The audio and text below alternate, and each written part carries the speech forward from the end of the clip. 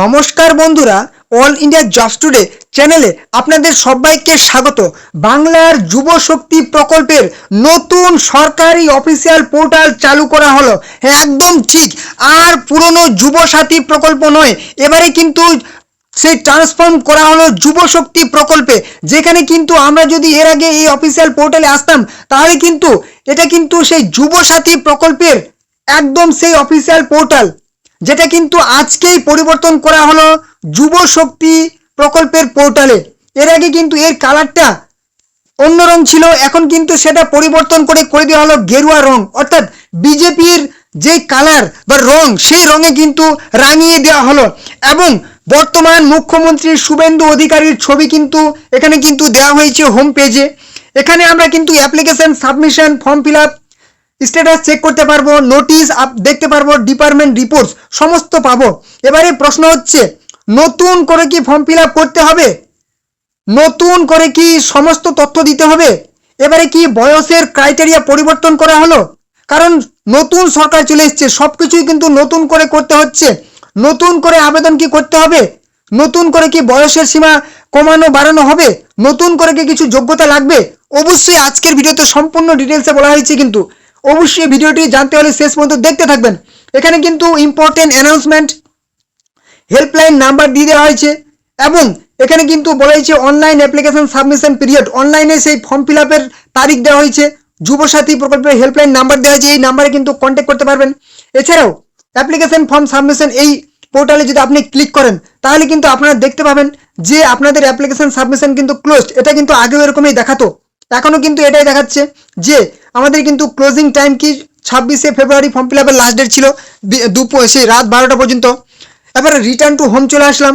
এবারে আমরা যদি দেখে নিই যে অ্যাপ্লিকেশন স্ট্যাটাস, অর্থাৎ আমাদের ফর্মগুলি জমা পড়েছে কি পড়েনি, কিংবা আমাদের ফর্মগুলি কি যুব সাথী থেকে কি ট্রান্সফর্ম করা হয়েছে। এখনও কিন্তু এখানে লেখা আছে বাংলার যুব সাথী প্রকল্প, এখনও কিন্তু ভেতরে কিছু চেঞ্জ করা হয়নি। যুব শক্তি শুধুমাত্র হোম পেজটাতেই চেঞ্জ করা হয়েছে, অর্থাৎ ধীরে ধীরে কিন্তু সমস্তই চেঞ্জ হয়ে যাবে। এবারে প্রশ্ন উঠছে, নতুন করে কি আবেদন করতে হবে? হ্যাঁ, অবশ্যই কিন্তু নতুন করে যারা আছেন, যারা টাকা পাননি, তাদের কিন্তু আর দেওয়া হবে না, ঠিক আছে?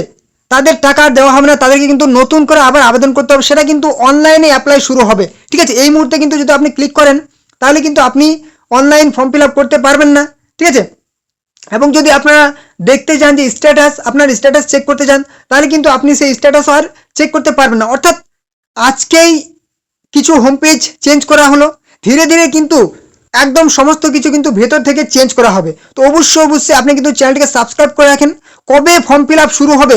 কারণ কিন্তু নতুন করে ফর্ম ফিল আপ করতে হবে, এবং বেশ বাছাই করা কিছু কিন্তু নাম আবার ট্রান্সফর্ম করা হবে, যুব সাথী থেকে একদম যুব শক্তি প্রকল্পে ট্রান্সফর্ম করা হবে, এবং বেশিরভাগ ক্ষেত্রে কিন্তু নতুন করে আবেদন করতে হবে। তা জানার জন্য অবশ্যই চ্যানেলটিকে সাবস্ক্রাইব করে দেবেন। ভিডিওটি ভালো লাগলে লাইক করবেন, কমেন্ট করবেন, এবং অবশ্যই বন্ধুদের সাথে ভিডিওটি শেয়ার করে দেবেন, যাতে তারাও গুরুত্বপূর্ণ খবরটি পেয়ে যায়। এবং এখানে বলা হয়েছে updated status will be made available soon, please visit again, thank you, অর্থাৎ পরবর্তীতে আবার ভিজিট করতে বলা হচ্ছে। তো এখানে যদি আমরা দেখি হেল্প ডেস্ক, এখানে কিন্তু আমরা হেল্প পেয়ে যাবো অনেক কিছু থেকে। বাংলার যুব সাথী, এখান থেকে একবার ব্যাক করে চলে আসবো। এবারে চলে আসি যে এই অফিসিয়াল পোর্টালটায় আমরা আসবো কি করে, আমরা কিভাবে সার্চ করব। আপনারা যদি লিখে সার্চ করেন, মোবাইলে যুব সাথী লিখে সার্চ করবেন, তাহলে কিন্তু আপনার সামনে প্রথম যে পেজটা চলে আসবে। আমি আপনাদেরকে একবার দেখিয়ে দিচ্ছি, একবার ব্যাক করে চলে আসছি, ঠিক আছে? সমস্ত কিছু আমি একবার ব্যাক করে চলে আসছি, একদম এখান থেকে ব্যাক করে চলে আসছি। আমি লিখে সার্চ করলাম যুব সাথী, ঠিক আছে? ওয়াইইউ ভিএ বা ওয়াইইউ বিএ দিলেও হবে, ঠিক আছে? তারপর লেখার পর প্রথমে যে অফিসিয়াল পোর্টালটা চলে আসছে কিনা, একদম যুব সাথী, আপনি এখানে একবার ক্লিক করে দেবেন যুব সাথী।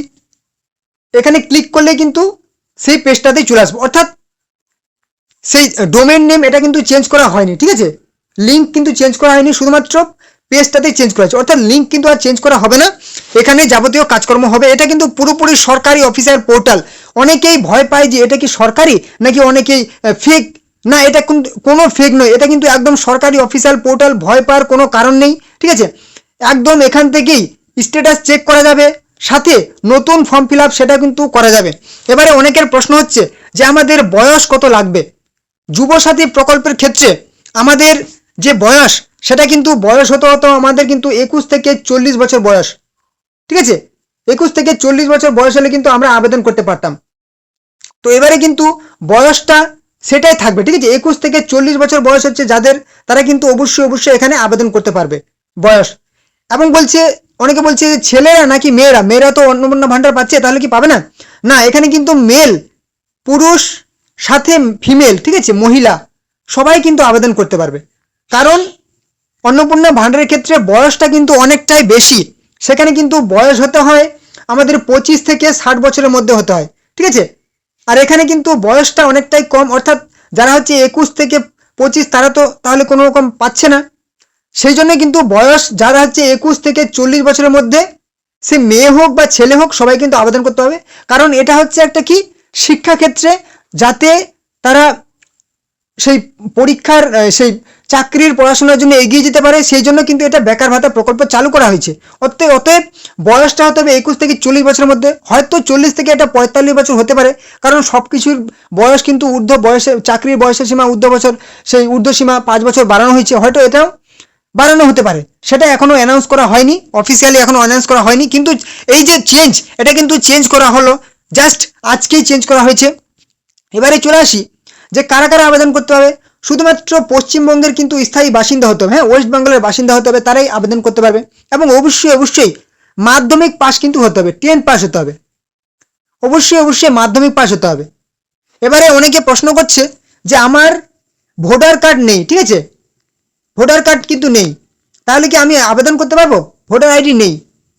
দেখো, ভোটার আইডি না থাকলে সাধারণত কিন্তু অ্যাপ্লাই করা যায় না, ঠিক আছে। কিন্তু অনেক ক্ষেত্রে আমি দেখেছি যে ভোটার আইডি ছাড়াও কিন্তু আবেদন করতে পারছে এবং টাকা কিন্তু পেয়ে গেছে। তো সাধারণত ভোটার কার্ড কিন্তু লাগবে, যদি আবেদন করা যায় ভোটার কার্ড ছাড়া তাহলে কিন্তু আবেদন করে দেবে। কারণ ভোটার কার্ডটা এই কারণেই লাগবে, কারণ তুমি যে পশ্চিমবঙ্গের স্থায়ী বাসিন্দা সেটা কিন্তু ভোটার কার্ডটা তোমার প্রমাণ করে দিচ্ছে। তো ভোটার কার্ড না থাকলেও অনেকে আবেদন করছে, তোমরা আবেদন করে নেবে। এবারে চলে আসে আধার কার্ড, ঠিক আছে। আধার কার্ড ছাড়া কি, সে আধার কার্ড ছাড়া কি আবেদন করা যাবে? দেখো, আধার কার্ড ছাড়া আবেদন করা হয়তো যেতে পারে, কিন্তু টাকাটা তুমি পাবে না। কেন পাবে না? কারণ তোমার কি লাগবে, তোমার ডিবিটি লিঙ্ক লাগবে, ডিবিটি অর্থাৎ ডিরেক্ট বেনিফিট ট্রান্সফার। আধার কার্ড ছাড়া এই ডিরেক্ট বেনিফিট ট্রান্সফারটা হবে না। তোমার ব্যাংকে যে টাকাটা ঢুকবে কিনা, সেটা কিন্তু সরাসরি ডিবিটির মাধ্যমে টাকাটা ঢুকবে। আর তোমার যদি ডিবিটি লিঙ্ক না করা থাকে, আধার কার্ড না থাকে, তাহলে তোমার টাকাই ঢুকবে না, তাহলে তুমি অ্যাপ্লাই করে লাভ কি হবে তোমার? এই জন্যই বলছি আধার কার্ড যাদের আছে তারাই শুধুমাত্র টাকা পাবে, যাদের আধার কার্ড নেই তারা এখানে টাকাটা পাবে না। এই কারণেই, কারণ তুমি অ্যাপ্লাই হয়তো করে নিতে পারবে, কিন্তু তোমার ব্যাংকের সাথে যদি ডিবিটি লিঙ্ক না থাকে তাহলে কিন্তু তোমার টাকা ঢুকবে না, ঠিক আছে। আর এই সমস্ত টাকা কিন্তু ডিবিটি অর্থাৎ ডিরেক্ট বেনিফিট ট্রান্সফারের মাধ্যমে তোমার সেই ব্যাংকের পাসবুকের সঙ্গে কিন্তু তোমার আধার লিঙ্ক থাকতে হবে, তবে কিন্তু তোমার টাকাটা ঢুকবে। তো সেই ডিবিটির লিঙ্ক কিন্তু তোমাদের যদি আধার কার্ড থাকে সেটা কিন্তু তোমরা মোবাইলেই করতে পারবে। এর আগের ভিডিওতেই আমি দেখিয়ে দিয়েছি যে মাত্র তোমরা 2 মিনিটেই ডিবিটি লিঙ্কটা করে নিতে পারবে, অর্থাৎ তোমাদের ব্যাংকের সাথে আধার লিঙ্ক, ডিবিটি লিঙ্ক তোমরা কিন্তু মাত্র 2 মিনিটেই মোবাইলেই করে নিতে পারবে। এই ওয়েবসাইটটা কিন্তু তোমাদের কিছুদিন আগে সমস্যা হচ্ছিল, আবার সেই ওয়েবসাইট পোর্টালটা কিন্তু চালু করা হয়েছে। তোমরা ভিডিওটা দেখে নেবে এবং নিজে থেকে কিন্তু সেই ডিবিটি লিঙ্কটা করে নেবে। এবং অবশ্যই সমস্ত রকম আপডেট তোমরা কিন্তু পেয়ে যাবে। যুবশক্তি প্রকল্পের নতুন করে তোমরা ফর্ম ফিল আপ কীভাবে করবে, যাদের এখনো পর্যন্ত টাকা ঢুকেনি, হয়তো যাদের টাকা ঢুকেছিল তারা হয়তো ট্রান্সফার্ম হয়ে যাবে, ঠিক আছে। তো চলুন, অবশ্যই ভিডিওটি ভালো লাগলে একটা লাইক করে দেবেন, কোনো রকম প্রশ্ন থাকলে কিন্তু কমেন্টে জানাবেন। অবশ্যই ভিডিওটিতে চ্যানেলটিকে সাবস্ক্রাইব করে দেবেন, তাহলে কবে থেকে আবার নতুন ফর্ম ফিল আপ শুরু হবে সেটাও কিন্তু এই চ্যানেলে জানতে পারবেন। এছাড়াও অন্নপূর্ণা ভান্ডার বা যত রকম প্রকল্প আছে আপনি কিন্তু আপডেট পেয়ে যাবেন। অবশ্যই চ্যানেলটিকে সাবস্ক্রাইব করে দিন। ভিডিওটি যদি ভালো লাগে অবশ্যই কিন্তু আপনার বন্ধু বান্ধবী আত্মীয় পরিজনের সাথে শেয়ার করে দিন, যাতে তারাও এই গুরুত্বপূর্ণ খবরটি পেয়ে যায়। তো এই ছিল আজকের ভিডিও, দেখা হবে কোনো নেক্সট ধামাকাদার আপডেটের সাথে।